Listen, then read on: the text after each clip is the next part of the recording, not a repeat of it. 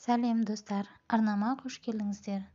Сіздермен бірге осындай әдемі әрі жұмсақ қатпарланып тұратын ұйғыр самсасын дайындайтын боламыз. Видеоны соңына дейін қарамас бұрын арнама жазылып, лайк басып, өз пікірлеріңізді қалдырып кетіңіздер.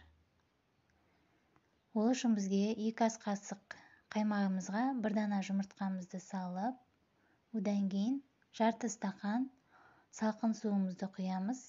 Шай қасықпен тұзымызды салып, бәрін жақсылап араластырып, бір шетке қоя тұрамыз. Оған дейін ұнымыз бен сары майымызды араластырып аламыз.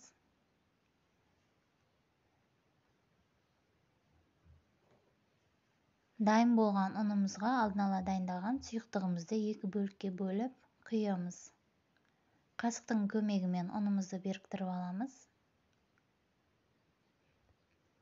Одан кейін қолымызбен әдемі жұмсақ қамыр илейміз.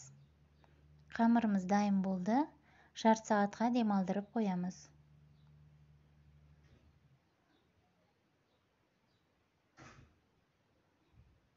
Демалған қамырымызды 2 бөлікке бөліп, әдемілеп, күлшелеп, тағы да 15-20 минутқа демалдырып аламыз, жайғанға ыңғайлы болу үшін.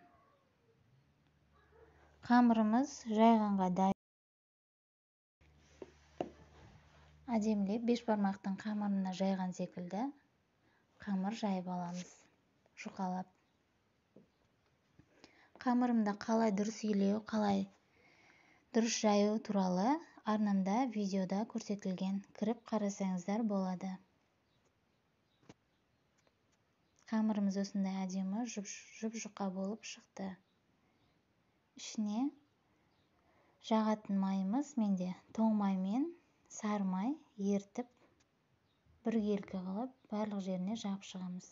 Одан кейін екінші күлшемізді де жайып, үстінен қойып, оғанда ертілген майымызды құйып, барлық жеріне теңдей жағып шығамыз. Дайын болған қамырымызды орама нан секілді орап аламыз. Одан кейін тоңазытқышқа 3 сағатқа немесе 1 тәулікке қоюға болады. Менде 1 тәулікке қалды, майы жақсылап сіңу үшін. Одан кейін өздеріңіздің қалауларыңызбен осылай самсаның формасын жасап алсаңыздар болады.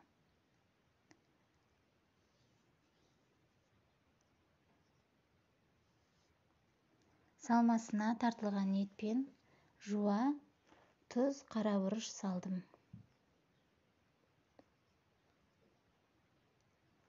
Бәрін жақсылап араластырып, қамырымызды жаюға кірісеміз. Қамырымызды қатты да жұқа, қатты қалың да қылмаймыз. Орташа болу қажет. Жұқа болса, піскен кезде жыртылып кетуі мүмкін.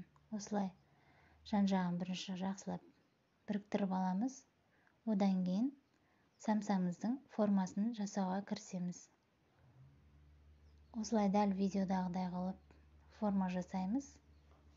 Ішке қарай қайырып кете береміз. Бір жасағаннан шықпаса, қайта-қайта жасап үйренесіздер. Қолдарыңызда үйренеді. Одан кейін осылай әдемі самсаның формасы шығады. Соңғы жағын түйіп, артқа қарай қайра саламыз. Тағы да бір көрсетіп өтейін. Осылай ішке қарай артылған қамырды қайырып, бүктеп кете береміз.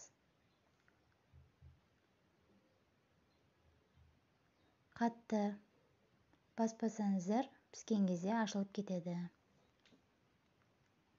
Дайын болған самсаларымызды противеньға салып, бетіне жұмыртқамызды жағып, әдемілігі үшін менде мак септім. 180 градусқа 30-35 минутқа пісіріп аламыз. Ас болсын.